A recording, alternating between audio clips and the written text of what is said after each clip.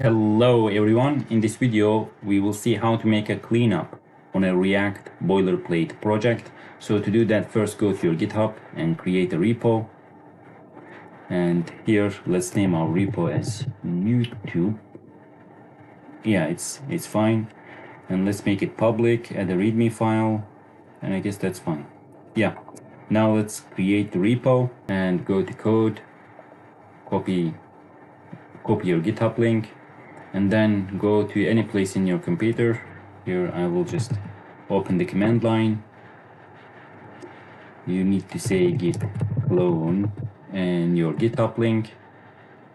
Let's now cd inside our YouTube project folder, and here we will first create a React application inside this folder. So we will say npx create React app and then a dot, and this will create a React inside our folder.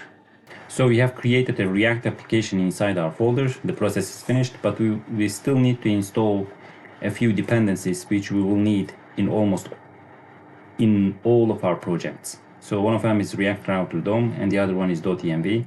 So let's install them also. First, let's start with the React Router DOM. Now let's also download .env. It's also done. And now let's open the project folder inside VS Studio.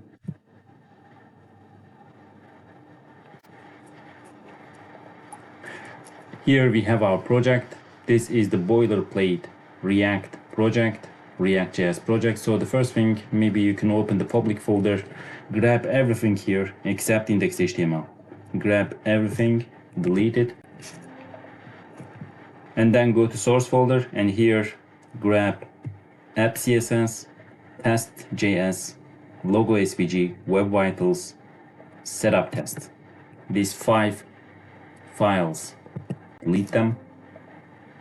Nice. And now check this git ignore, this git which is provided by the React.js boilerplate code, it does not contain .env. So I strongly advise you to add this one also, because if you create a .env packet, if you create a .env file inside your React folder, and if you don't have this line here, this .env, then it will push your .env through GitHub, which will be a security breach. And yeah, so let's save it, and now let's open index.js, grab everything, delete it, grab this web vitals line, delete it, the rest can stay, it's fine. And then go to app.js, grab everything between these header tags, including header tags, and just type something, something. And then grab these 2 lines up, delete them. This is also finished. Now let's go to index, delete this code, delete everything here. For the font family, maybe we can have just a simple font family, let's say Trebuchet, and we definitely do not need all those alternatives. And maybe also a background color, so let's say background, and just press on any button here. So this chart reuse, okay, maybe we can have this color, and close this. And now go to index.html, and here delete all those command lines and also the link tags.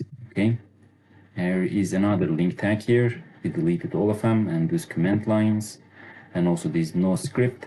And here just name your project. You can say my dear project, or your website name, whatever it is.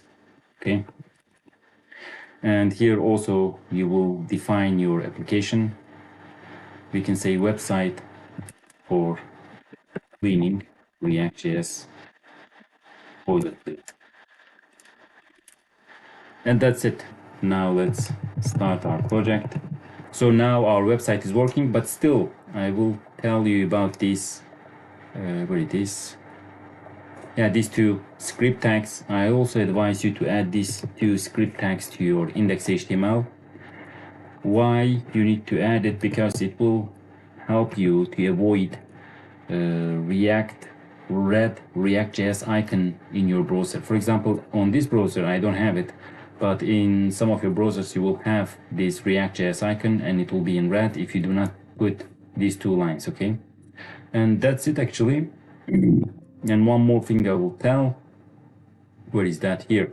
So sometimes if you face any dependency error in your React.js, you can just use either these legacy peer deps, or you can force install npm package, and it will help you to overcome those errors. So that's it. See you next time. Bye bye.